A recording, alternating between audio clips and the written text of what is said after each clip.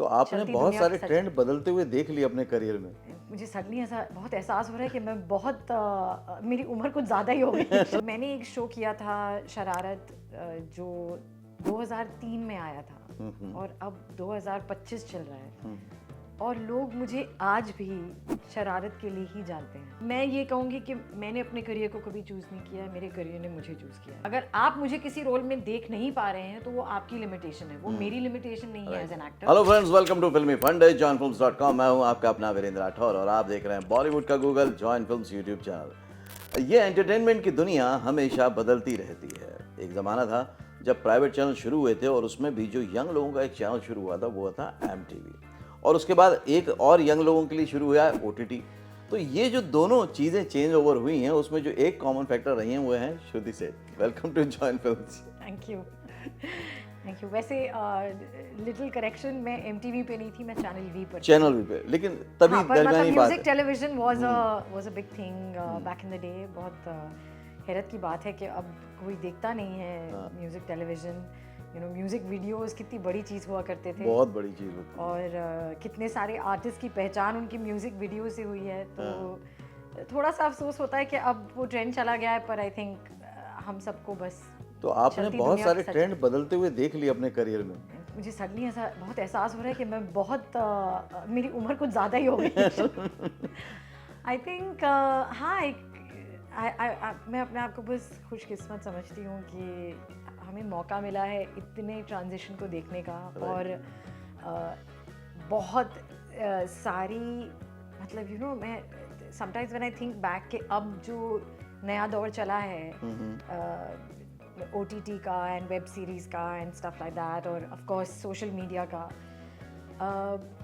बहुत अजीब सी बात है कि अब जब हम लोगों को पूरे दिन देख सकते हैं अपने फोन्स पर और मैंने एक शो किया था शरारत जो 2003 में आया था और अब 2025 चल रहा है और लोग मुझे आज भी शरारत के लिए ही जानते हैं। और बहुत मज़ेदार बात है कि मतलब मुझे अब लोग पूछते हैं कि आपने एक्टिंग छोड़ दी है क्या?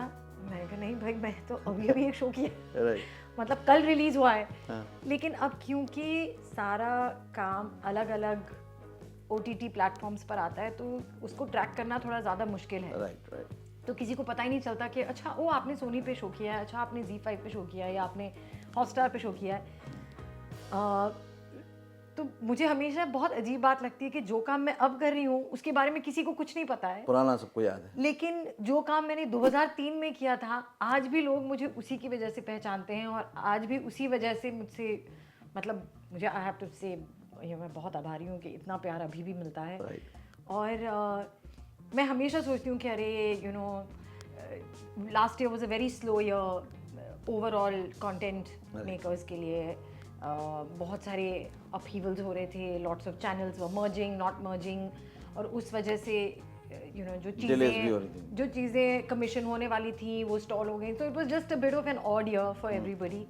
और मैं उस दिन बैठकर सोची थी कि अरे यार पिछला साल तो बहुत it was like a dead year, तो आई होप 2025 इज बेटर। और फिर मतलब मैंने ये बात सोची और उसी वक्त कोई मेरे पास आया and they were like we know you from Shararat. ऐसे क्या फर्क पड़ता है अगर पिछले साल मैंने कुछ काम नहीं किया तो। फिर लोग मुझे अभी भी पहचान रहे हैं उस काम से जो मैंने ऑलमोस्ट 20 साल पहले किया था। तो आई थिंक वो एक बहुत ही मजेदार क्योंकि ये भी किसी आर्टिस्ट के लिए एक बहुत बड़ा कॉम्प्लीमेंट है कि मतलब इतने सालों बाद भी उसको याद किया जाए उसके उस काम से। बिल्कुल बिल्कुल बिल्कुल। और सिर्फ एक, मैं चाहे कुछ भी कर लूँ वो कोई चीज़ शरारत की लाइट को डिम नहीं कर सकती एंड मैं उसके लिए बहुत बहुत आभारी हूँ। Very very very grateful. लेकिन आपने जिस तरह से मैंने बोला ना एंटरटेनमेंट के मीडियम्स का बहुत ज़्यादा ट्रांजिशन हुआ, बदलाव आए, वैसे जो बदलाव आपने भी किए अपने एक्टिंग जर्नी में वो भी कम नहीं है। मतलब आपने एंकरिंग भी किया, होस्ट किया, उसके बाद एक्टिंग भी करा। एक्टिंग में भी अलग अलग शेड्स बहुत ज़्यादा हैं, जबकि डेली सोप में होता ये था कि जिस तरह का एक बार जम गया उसी तरह के कैरेक्टर्स मिलते आते थे। फिर आप कॉमेडी में भी जाती हैं, फिर आप आर्मी बैकग्राउंड वाले कैप्टन में भी चली जाती हैं। ये सब कैसे कर लिया आपने? मतलब इतना रिस्क लिया या ये ऑफर थे? बहुत अजीब सी बात है, मुझे लोग हमेशा ही पूछते हैं कि तो आप अपना करियर कैसे चाहेंगी? आई सेड आई होप कि एक्टर्स अपना करियर खुद चूज कर पाते, ओके पर अनलेस मैं ऐसी पोजीशन में हूँ कि फिर मैं अपने शो को खुद ही फंड कर सकूँ और फिर मेरे बहुत अच्छे दोस्त हों नेटवर्क्स में जो मेरी बात मान के मुझे वैसे ही शो बनाने दें, लेकिन ज़्यादातर ऐसा होता नहीं है. So I think for most actors हम सब एक we are all at the mercy of a phone call always, कि एक फ़ोन आए, हम वो फ़ोन उठाएं और वो जो ऑफ़र दें उस वक्त आपका मन वही करने का कर रहा हो, so then it makes sense. लेकिन आई थिंक मैं ये कहूँगी कि मैंने अपने करियर को कभी चूज़ नहीं किया है, मेरे करियर ने मुझे चूज़ किया है. Okay. तो मैं बहुत लकी रही हूँ कि सही टाइम में सही ऑफर्स आए, अच्छे लोगों के साथ काम करने का मौका मिला, फिर वो शोज़ या जो भी कंटेंट था बहुत पॉपुलर हो गया या बहुत बड़े बैनर्स के साथ हुआ, तो उसे एक रिकग्निशन भी मिल गई. क्योंकि बहुत लोग अच्छा काम, मुझसे बहुत बहुत बहुत ज़्यादा अच्छा काम कर सकते हैं और मुझसे बहुत बहुत बेहतरीन एक्टर्स भी हैं, लेकिन मैंने देखा है कि बहुत काम ऐसा होता है जो आप करते हैं और आप उस पर अपने पूरे करियर को दाव पे लगा देते हैं और फिर कोई वो शो देखता नहीं है या वो फिल्म रिलीज़ नहीं होती या रिलीज़ होती है और फिर चली जाती है और पता नहीं चलता, किसी के जहन में नहीं टिकती. तो आई थिंक बहुत सारी चीज़ों का एक मिलन होता है and that's why a career is formed. So उसमें मेरा बहुत योगदान रहा नहीं है. बट एक रिस्क लगता ना एक एक्टर को कहीं ना कहीं, क्या मेरी एक इमेज बन रही है, उसमें मैं एक बीच में किसी और कैरेक्टर में जा रहा हूँ या बीच में मैं कॉमेडी में जा रहा हूँ, तो ऐसा ना हो कि ये जो मेरा करियर चलता हुआ है इस पे कुछ ब्रेक लग जाए. पर मुझे तो लगता है ऑनेस्टली कि एक्टर्स को इमेजेस में फंसना ही नहीं चाहिए. ओके. बिकॉज आई थिंक हर एक एक्टर की सबसे बड़ी जमा पूंजी ये है कि उन्हें मौका मिलता है अलग अलग टाइप्स के कैरेक्टर प्ले करने. मैं एक ही टाइप का कैरेक्टर क्यों प्ले करूँ अपने पूरे करियर में? The idea of the joy of being an actor is simply in the fact कि I can be so many different people. तो मैंने कभी, हाँ मैं ये नहीं कहूँगी कि मैंने कभी सोचा नहीं है. देयर हैज़ बीन कि अच्छा do I want to do this at this point, but I feel if not now then when.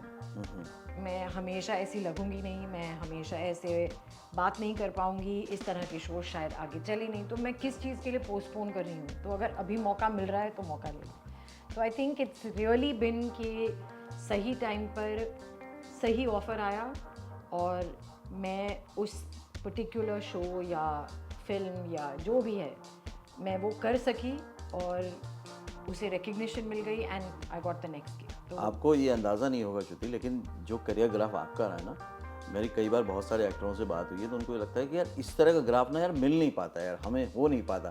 तो ये क्या आपका अप्रोच लेवल ऐसा होता था, कुछ आपका पैटर्न ऐसा था कि आपको लोग अप्रोच करते थे अलग अलग काम के लिए, ये क्या था? नहीं, कैसे? मुझे ऐसा लगता है कि मैं काफ़ी सालों तक और अभी भी बहुत स्टीरियोटाइप हो चुकी हूँ कि मुझे उस दिन किसी ने फ़ोन करके बोला कि एक casting call I and they said कि मैम हमें तो लगता है आप ये कैरेक्टर बहुत अच्छा प्ले कर पाएंगी, लेकिन जो प्रोडक्शन है ना वो कह रहे हैं कि आप थोड़ी अर्बन लगती हैं.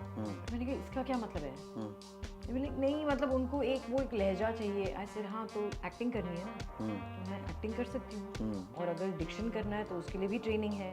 हाँ ऑफ कोर्स मेरा एक सर्टन बोलने का तरीका है जो शायद किसी को देश के किसी कोने में शायद अलग लगे, लेकिन मैं वो सीख इन सकती पर्सन हूँ. है, वो तो एक्टिंग के लिए अलग होगा. ऐसे लेकिन अगर मुझे वो कैरेक्टर प्ले करना है और अगर उसके लिए थोड़ी सी ट्रेनिंग चाहिए होगी तो वो मैं करने के लिए तैयार हूँ. लेकिन आप ऑलरेडी अपना माइंड बनाकर बैठे हुए हैं कि मैं वो कैरेक्टर नहीं प्ले कर सकती क्योंकि आपके जहन में ये है कि अच्छा नहीं श्रुति बहुत अर्बन लगती है. तो वो मेरी प्रॉब्लम नहीं है, वो आपकी प्रॉब्लम है. राइट. अगर आप मुझे किसी रोल में देख नहीं पा रहे हैं तो वो आपकी लिमिटेशन है, वो मेरी लिमिटेशन नहीं है एज एन एक्टर. और बहुत सारे एक्टर्स मुझे पता है कि इसी चीज़ से घबराते हैं कि अगर आप एक चीज़ अच्छी तरह से कर लें तो फिर बार बार आपको वही चीज़ करने के ऑफर्स आते हैं. और फिर एक्टर्स की फितरत भी ऐसी है कि भाई काम मिल रहा है ले लो, फिर आप वही काम करते रहते हैं और फिर एक मौका आता है जहाँ पे बोलते हैं अरे यार ये तो वही काम कर रही हैं, ये तो स्टीरियोटाइप हो गई हैं, अब थोड़ा बर्न आउट हो गया. पर मेरी गलती नहीं है, आप मुझे बार बार वही काम दे रहे हैं. राइट. तो एक बहुत डबल एज सॉर्ड रहता है मुझे लगता है एक्टर्स के लिए कि अगर जो लोग कास्टिंग कॉल्स ले रहे हैं अगर वो आपको एक तरह के कैरेक्टर में नहीं देख पा रहे हैं तो फिर चांसेस बहुत कम है कि आप वो कास्ट करेंगे। बट आपने तो वैरायटी ऑफ कैरेक्टर्स कर लिए या मीडियम पे काम कर लिया, लेकिन होता ना एक डायरेक्शन टीम का भी एक परसेप्शन होता है अपना कि अरे यार ये तो सीरियल वाली हैं यार, हाँ, तो ये वो तो बहुत स्टेज वक्त वाली तक हैं, था, तो मुझे वो लगता है कभी ऐसा एक्सपीरियंस हुआ? बहुत, बिकॉज एक टाइम था जब before OTT became a thing, एक बहुत ऑब्वियसली लाइन ड्रॉ की हुई थी कि आप टेलीविजन करती हैं और हम फिल्म करते हैं, और जो टेलीविजन करते हैं वो फिल्म में आकर सिर्फ कैरेक्टर रोल्स करेंगे। राइट। आपको कभी लीड कैरेक्टर का या लीडिंग लेडी का चांस नहीं है। मौका नहीं मिलेगा क्योंकि आप टेलीविजन कर चुकी हैं। तो मुझे बहुत अजीब लगता था कि सबसे पहले all of us are artist, हम सब एक्टर्स हैं, और मुझे याद है कभी कभी मुझे मौके मिलते थे तो फ़ोन कॉल आती थी कि देखिए हम आपको ये मौका दे रहे हैं लेकिन बजट ये। मैंने कहा एक मिनट, आपको लगता है कि अगर कैमरा बीटा कैमरा है या फिल्म कैमरा है तो मेरी एक्टिंग बदलती है? मैं तो उसी तरह की एक्टिंग करने वाली हूँ, कैमरा जो भी हो। राइट। तो आपको क्यों ऐसा लगता है कि अगर क्योंकि आप मुझे फिल्म कैमरा पे शूट कर रहे हैं तो मैं उसे एक बहुत बड़ा मौका मानूंगी? मेरे लिए मेरा काम है, और अगर वो काम के लिए मैं एक बजट चार्ज करती हूँ तो वो बजट बदलने नहीं वाला है। ऑन द कॉन्ट्री, अगर आप फिल्म दे रहे हैं तो आपको मुझे ज़्यादा पैसे ज़्यादा देनी चाहिए, आपका बजट अच्छा होना चाहिए। लेकिन ये एक परसेप्शन थी कि हम टीवी वालों को मौका दे रहे हैं, और वो मुझे थोड़ा सा अजीब लगता था कि हम ये लाइंस क्यों ड्रॉ कर रहे हैं। Now the good thing with OTT is कि अब सब अब फिल्म वाले भी आ गए हैं और टेलीविजन वाले भी आ गए हैं, everyone is now an equal in the ये OTT। बड़ा अच्छा हुआ है ना श्रुति जी कि एक ना करेक्टर ओरिएंटेड अब चीज़ें हो गई हैं, कंटेंट ओरिएंटेड हो गई हैं OTT में जो देखने को मिल रहा है। आपको क्या लगता है? Well, definitely, I think overall the good thing about OTT is कि अब हर प्रकार के शोज़ हैं हर प्रकार की ऑडियंस के लिए। एक टाइम पे एक ही टाइप के टेलीविज़न शोज़ बनते थे, एक ही टाइप की फिल्म्स बन रही थी, और अभी भी बहुत बहुत बार ऐसा होता है because I guess you are dealing with a certain type of audience, लेकिन जो वो बीच की ऑडियंस थी उनके पास देखने के लिए कुछ था नहीं, and I think OTT has managed to bridge that gap. Right. तो definitely जो शोज़ लिखे जा रहे हैं या जो फिल्में लिखी जा रही हैं वो आप एक बहुत नीश ऑडियंस के लिए भी आप लिख सकते हैं। उसकी बहुत वाइड ऑडियंस नहीं होगी पर सबके लिए कुछ ना कुछ है देखने के लिए, and I think that I think has been the biggest boon of the whole digital content rise in the country. Her actor का ये होता है यार, कुछ भी करा लो यार, कॉमेडी की बात मत करना, और कॉमेडी का जो सीजन आपने दिया है वो सबसे बड़ा सीजन है ना? और उसमें आपने कॉमेडी क्रिएट होते हुए देखी, मतलब एक नया मार्केट क्रिएट हुआ है उसके बाद से। फिर भले हम कपिल शर्मा शो कहें, ये सब कहें, वो सब बात की बातें, लेकिन वहाँ से वो क्रिएट हो रहा था। तो उसमें एंट्री कैसे हुई आपकी?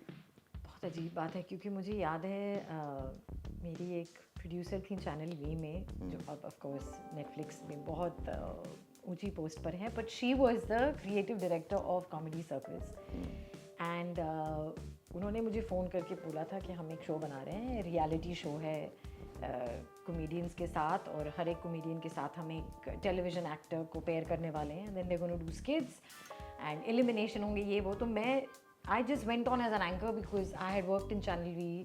मैंने बहुत सारे शोज होस्ट किए थे, स्टार पर, जी पर, सोनी पर, ऑल ऑफ दैट। तो जो एंट्री हुई वो happened just as an anchor. I was just supposed to host the show. पर क्योंकि वहाँ पर मतलब मैं लोगों को हमेशा ये बोलती थी कि कॉमेडी सर्कस का शूट छुट्टी से भी ज़्यादा मज़ेदार है, बिकॉज आप लिटरली, मेरा एक्चुअली पूरा कुल मिलाकर 15 मिनट का काम हुआ करता था, which was me doing links to camera, और फिर उसके बाद हम 1.5 घंटे की वो शूट करते थे जहाँ एक के बाद एक स्किट्स होते थे, बल्कि पूरा दिन लग जाता था क्योंकि वो उनके स्किट्स प्लान होना है, फिर उनके कॉस्ट्यूम्स वगैरह वगैरह वगैरह। हालांकि 20 घंटे का शूट हुआ करता था, लेकिन एक्चुअल काम जो मैं करती थी वो 15 मिनट का था। उस 20 घंटे में जितना मैं, अर्चना पूरन सिंह हमारी जो प्रोड्यूसर थी उस वक्त, हम पूरा दिन मिलकर सिर्फ हंसते थे, पूरा दिन, स्टेज पे, of stage, on camera, of camera, and I think उससे अच्छा वर्क एनवायरनमेंट किसी को नहीं मिल सकता कि एवरीवन इज जस्ट लाफिंग, और इतनी बेतुकी, मतलब मैं कभी कभी जब सोचती हूँ ना कि क्या इन्होंने एक्चुअली क्या कर दिया था कि जो काम मैंने एज एन एंकर शुरू किया, उन्होंने फिर मुझे एक कैरेक्टर बनाकर अपने स्किट्स में Present डालना कर दिया। शुरू कर दिया, फिर मेरे साथ स्टेज पर मजाक करना शुरू कर दिया, and somehow I became a part of the skit and I wasn't just an anchor. तो I think that happened so organically, and क्योंकि मुझे आई विल टेक क्रेडिट कि I think as a person मुझे मजाक और हंसना बहुत पसंद है.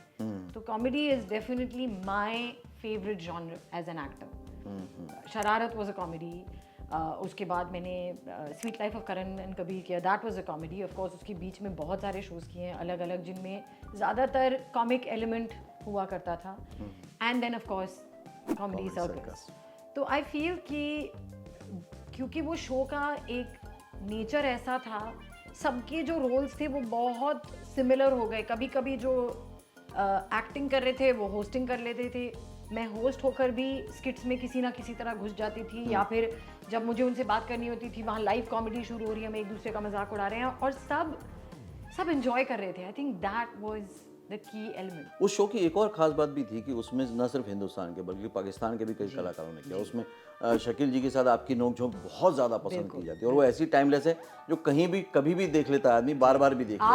आज भी देख लेता है बार बार. तो एक पाकिस्तानी कलाकार जब ऐसे इंडियन शो में आता है जी, तो एज एन आर्टिस्ट क्या जिम्मेदारी हो जाती है या बिल्कुल नॉर्मल होता है? आई थिंक आई रियली फील कि आर्ट की एक बहुत अच्छी क्वालिटी ये है कि वो सारी भेदभाव जो होता है ना, सरहदें हदें सब पार है. सब, an artist is an artist is an artist. तो आई फील कि we are all united by one common thread which is art. अब वो आप म्यूज़िक बोल लें, उसे आप कॉमेडी बोल लें, आप उसे एक्टिंग बोल लें, जो भी, आर्ट इज़ अ यूनिफायर. उसमें भेदभाव नहीं दिखाई. बट शकील जी ने यहाँ पर भी अपनी एक ऑडियंस बिल्ड की. बिल्कुल. क्या खास बात थी उनकी ऐसी? आई थिंक शकील सिद्दीकी ना एक, मतलब क्या कहते हैं, पाइनियर जिसे बोल सकते हैं आप, वो उस दर्जे के आर्टिस्ट हैं. मतलब हम सब की खुशकिस्मती थी कि हमें उनके साथ सीखने का मौका मिला. Okay. You know, to be a comedian आपका दिमाग बहुत शार्प होना पड़ता है, क्योंकि आप वो चीज़ें देख रहे हैं जो दूसरे लोगों को दिखाई नहीं दे रही, और फिर उसे एक मजाकिया तरीके से प्रेजेंट भी कर रहे हैं इन रियल टाइम. जो मजाक उन्होंने मेरे साथ किया था, और या जो हमारी जो एक नोकझोंक बनी हुई थी, इट वाज नेवर स्क्रिप्टेड, ऐसे ही ऑन द spontaneous. स्पॉट. और उन्होंने, देखिए ये मैं बता रही हूँ कि एक बड़प्पन होता है एक आर्टिस्ट का कि मैं कॉमेडियन हूँ नहीं, बाय डेफिनेशन मैं होस्ट थी, वो कॉमेडियन थे. वो आकर मेरे कपड़ों पर या किसी भी, मेरे इयररिंग्स पे, मेरे बाल पे, किसी ना किसी चीज़ पे कुछ ना कुछ बोलते थे. और उन्होंने, अब वो मुझसे बहुत सीनियर हैं, उन्होंने मुझे ये बोला था कि देखो जो तुम्हारा मन करेगा उस वक्त तुम बोल देना, बेझिझक. अच्छा, रिएक्ट कर देना. मुझे ये बेइज्जती नहीं लगती, मुझे मजाक ही लगता है. ओके. तो वो बात एक कॉमेडियन की सही पहचान है कि उन्हें ह्यूमर दिखाई देता है, वो बेइज्जती नहीं लेते. जिनके अंदर एक इनसिक्योरिटी होती है वो बोल सकते हैं कि आप मेरी बेइज्जती कर रहे हैं. नहीं, मैं आपका मजाक उड़ा रहा हूँ. अलग अलग चीज़ें, नॉट द सेम थिंग. मैं आपकी बेइज्जती बिना मजाक उड़ाए कर सकती हूँ. हाँ सही बात है, उसमें मजाक की जरूरत नहीं. बिल्कुल. हाँ. उसी शो से एक और राइटर और क्रिएटिव पर्सन भी बहुत निकले, राज शांडिल्य, अरे है ना? बिल्कुल. तो उस शो ने ऐसा क्या उनका इन्वॉल्वमेंट था और क्या दिखता था उनमें ऐसा कि वो एकदम से रॉकेट स्पीड से निकल गए इतने आगे? Well I feel again, you know, comedy circus में हमने इतने सारे अलग अलग राइटर्स को देखा है उभरते हुए, मंचते हुए, एंड देन ऑफ कोर्स अब तो वो एक नए लेवल पर चले गए हैं. नंबर वन आई फील कि सबसे पहले जो उस शो के करता धरता है वो विपुल शाह हैं एंड निकुल देसाई हैं, who were the two backbones of comedy circus. और मज़ेदार बात ये है कि वो दो बहुत मजाकिया हैं, और इसीलिए उनको पता था कि किसको किसके साथ मैच करना चाहिए. एंड आई थिंक अगेन अच्छी बात ये थी कि उस शो पे मुझे कभी ऐसा नहीं लगा कि कोई इनसिक्योरिटी हो रही है. सबको था कि भाई सबसे अच्छा स्किट लिखा जाए. अब वो चाहे इस स्किट का हो या किसी और एक्ट, को ये नहीं था कि मेरा उससे अच्छा हो. अब आप जिस तरह प्रेजेंट कर रहे हैं वो फिर ऑब्वियसली उससे नोक-झोंक ऊपर नीचे होता रहता है. लेकिन जो राइटर्स थे, everyone was just trying to write a damn good show. And I feel Raj came on much later, और आई थिंक उनकी भी it's all about the right place right time, क्योंकि वो लिख रहे थे और हमारे शोज पे हर एक बड़ा एक्टर प्रोड्यूसर आज अपनी फिल्म प्रमोट करने आ चुका है। तो आई थिंक वो एक स्पॉटिंग थी देखकर कि अच्छा ये स्क्रिप्ट कौन लिख रहा है। Raj was at that point the head writer and he got the right opportunity and those opportunities worked so much so कि फिर वो मतलब राइटर डायरेक्टर बन गए। राइटर डायरेक्टर होगा तो सो आई फील कि राज की जो सक्सेस है वो कॉमेडी सर्कस की सक्सेस है। Right right right and I think all of us feel like that. Right. कभी ये नहीं था कि अरे इसे मिला हमें नहीं मिला। For us it was someone from the team that went forward and for that matter Kapil Kapil Sharma is he is a big win for comedy circus. Right मतलब उन्होंने जो कॉमेडियंस को दर्जा दिलवाया है as an artist, I don't think anyone has ever been able to do that. Right तो वो कहीं ना कहीं जब हम देखते भी हैं शो के फॉर्मेट को तो कॉमेडी सर्कस का ही एक एक्सप्लोर किया हुआ वर्जन है, एक्सटेंशन वर्जन है द कपिल शर्मा का। बिल्कुल क्योंकि सब कुछ वैसा ही है तकरीबन। एब्सोल्युटली। अच्छा, कपिल शर्मा क्योंकि वो एक बीच का दौर ऐसा था, laughter champion, comedy circus, then Kapil Sharma ji. तो यहाँ से जब वो यहाँ जा रहे थे, बीच का ये जो ट्रांजिशन पीरियड अगेन आया, बिल्कुल यहाँ पे वो पनप रहे थे, बन रहे थे, निखर रहे थे, वो दौर कैसा था उनका? वेल आई थिंक ये सवाल आप उनसे पूछें तो ज़्यादा चाहिए। मैं उनकी लाइफ के बारे में बता नहीं सकती क्योंकि नहीं, फिर भी ऑन स्टेज कई बार ऐसा होता था कि अरे वो लाइन भूल गए लेकिन उन्होंने स्पॉन्टेनियसली कुछ बना लिया। वो तो आई थिंक सबका everybody was like that, all the performers. मतलब वो स्क्रिप्ट के मोहताज नहीं है। स्क्रिप्ट डेफिनेटली वो स्क्रिप्ट को एक अलग लेवल पर ले जाते थे, but these guys can think on their feet, they are all so sharp and वो इतने सालों से ये एक आउटलुक लेकर चल रहे हैं लाइफ की तरफ कि अच्छा मैं इसमें ह्यूमर कैसे निकाल पाऊँ। तो ये कॉन्वर्जेशन वो एक बहुत अलग तरीके से अप्रोच करते हैं, right, because that's how their brains work. तो सबके सब I have seen all of them emerge and but from the very beginning मुझे कभी ऐसा लगा नहीं कि कोई किसी से कम है। सब बहुत यूनिक अलग अलग टाइप की कॉमेडी दर्शाते हैं। बल्कि जितना बड़ा मुझे लगता है जमावड़ा उस सर्कस में, जैसे सर्कस में होता है नॉर्मली, वैसा शायद ना उससे पहले देखा गया और पता नहीं आगे कब देखने को मिलेगा। वो भी I don't think that there will be anything like comedy circus. Right. There'll be something different and है Timeless है वो, एकदम बाकायदा है और बहुत सक्सेसफुल भी है। And I hope कि Kapil show runs into never ending seasons. But I think comedy circus की जो एक फॉर्मेट था, उसने जिस तरह कॉमेडियंस और एक्टर्स को एक साथ लाकर स्टेज पर खड़ा किया और जितने सीजन्स हमने देखे, जितनी फिल्म्स हमने प्रमोट की, जितने जजेस बदलते देखे हमने, आई थिंक वो शायद दोबारा ना हो। ओके, अब being a actor, being a artist, अब नया क्या एक्सप्लोर करना चाहते हो? वेल ऑनेस्टली अगर मुझे मौका मिलता तो लाइक आई सेड मैं अपना करियर को वैसे चूज़ नहीं करती, मेरा करियर मुझे चूज़ करता है। लेकिन अगर ऐसा हुआ कि मुझे कोई पूछ ले कि अच्छा आप किस तरह का रोल करना चाहेंगी, I think I would love to play an action character 100%. Okay, Definitely something in the villainous zone. I would like Okay. to play. I would not say negative character. बहुत binary sound करता है. I would just say a shade of grey.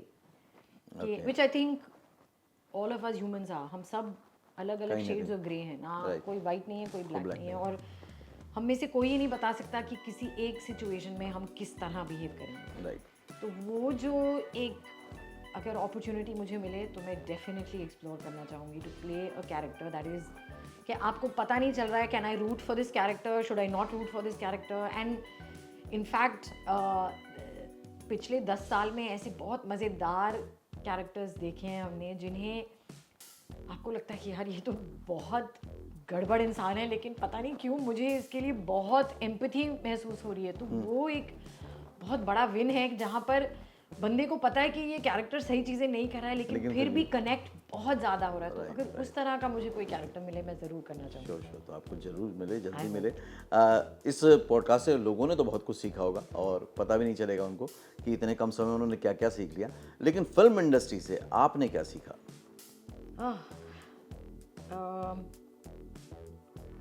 बहुत interesting सवाल पूछा है आपने। वैसे patience number 1, और बहुत बार ऐसा लगता है कि you reach the end of the road, लेकिन पिक्चर अभी बाकी है मेरे दोस्त। आई थिंक दैट इज़ बहुत बार ऐसा हुआ है मेरे करियर में जहाँ मुझे लगा है कि इज इज इट, अब शायद कोई काम नहीं मिलने वाला, have I been written off, is my career over, and then boom something comes and it's a cycle. And अब तो मैं यही कह पाऊँगी कि अब मैंने वो आशा ही छोड़ दिया कि अब मैं काम करूँगी कि नहीं। मुझे ये पता है कि भाई प्यार हमेशा ही मिलता रहेगा, क्योंकि मेरा एक वो शो है जो मैंने 20 साल पहले किया था और वो किसी की मेमोरी से जाने वाला है नहीं। लेकिन हाँ, ऑफ कोर्स मैं अपने लिए चाहूँगी कि अभी तो बहुत सारा काम करना बाकी है मुझे, लेकिन नंबर 1 अपने आप को ज़्यादा सीरियसली ना लें तो अच्छा है, क्योंकि हम ना बहुत जल्दी चीज़ों से अटैच्ड हो जाते हैं। और the nature of life is that things should keep moving. तो मेरे एक दोस्त हैं जो उन्होंने एक बहुत इंटरेस्टिंग चीज़ कही है कि always go to a set like it's your first day of shoot. कभी ये मत सोच के आओ कि ये तो मैं 20 साल से कर रही हूँ, हमेशा वो एनर्जी लेकर जाओ कि ये मेरा पहला शूट है, वो एक्साइटमेंट, एंड तुम्हारे लिए तुम्हारा करियर हमेशा बड़ा लगेगा, बिकॉज यू ऑलवेज फील कि आज पहली बार आई हूँ। क्योंकि जब आप देखते हैं कि अरे यार मैं तो 20 साल से कर रही हूँ, अब क्या फ़र्क पड़ता है, तो ये डर लगता है कि शायद 20 साल बहुत लंबा करियर हो गया ना, अब शायद अब ख़त्म हो जाना चाहिए। अच्छा वो अभी 25 साल हो गए, हाँ अब तो खत्म। लेकिन अगर आप हमेशा ये सोचें कि आज मैं पहले दिन आई हूँ शूट पर, तो मेरा करियर बहुत लंबा है। आई थिंक वो एक एटीट्यूड अगर आप लेकर चलें, then there is no end in sight. Super, awesome. Thank you, Shruti. Thank you very so much for having me, Thank you. and all the best. I hope कि ये साल आपके लिए बहुत बहुत बहुत मज़ेदार रहे और आप वो रोल कर पाएं जो आप करना चाहते हैं। बिल्कुल इंशाल्लाह। I hope तो मेरे साथ ही श्रुति सेठ, बहुत अच्छी बातें हुई। जो लास्ट वाली बात है वो तो कमाल की है कि आप जब भी पहली बार सेट पे जाएं तो ये सोच के जाएं कि ये मेरा पहला दिन है, तभी वो एक्साइटमेंट बरकरार रहेगा और आपको कभी भी वो फियर नहीं आएगा, डर नहीं आएगा कि अरे यार बहुत टाइम हो गया, और वो कंफर्टेबल जोन में भी नहीं आएंगे। और कंफर्टेबल जोन में नहीं आएंगे तो बीइंग आर्टिस्ट आप एक्सप्लोर भी करते जाएंगे। तो कमेंट करके ज़रूर बताइएगा इस पॉडकास्ट से आपने क्या क्या सीखा, क्या क्या समझा। अगले वीडियो में फिर से मिलता हूँ, तब तक के लिए देखते रहिए, सीखते रहिए, जमे रहिए। All the very best.